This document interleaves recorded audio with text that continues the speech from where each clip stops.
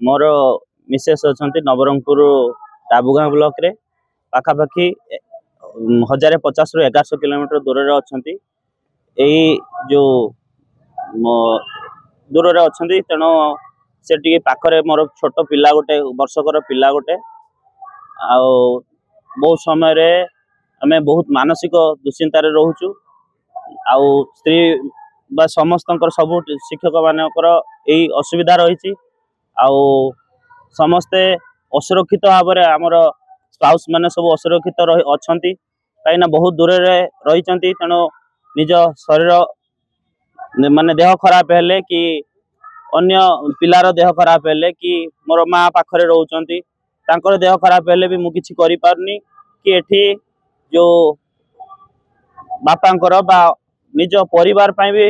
से किछि करि पारनी तेणु भारी दुख लगुच आमे जो जन्म होते जो बापा माँ जन्म देते आमे स्वामी स्त्री किसी करूँ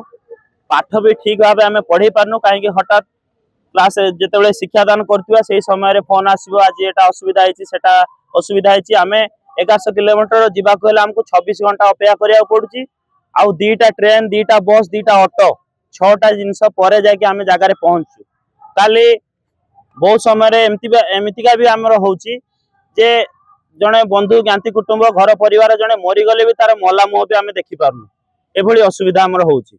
तेणु जे पूर्व 23 मसीह जो शिक्षक बदली नीति करथिले 660 शिक्षक उपकृत होते एथर 541 शिक्षक एप्लाय शिक्षक दंपति बदली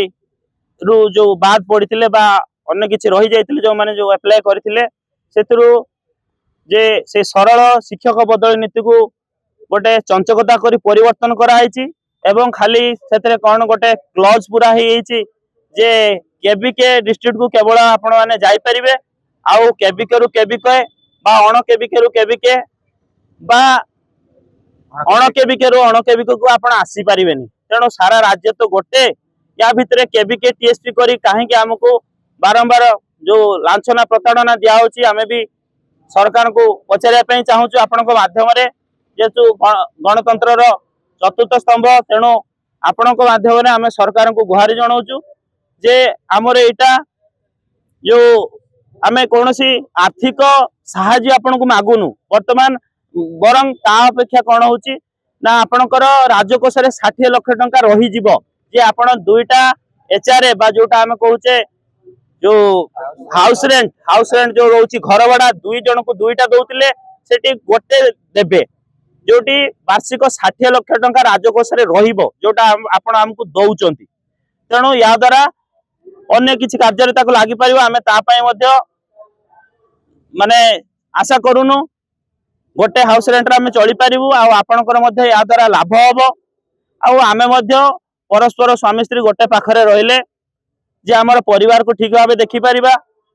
संसार ठीक भाव चलो एवं आम पूरा 100% भाव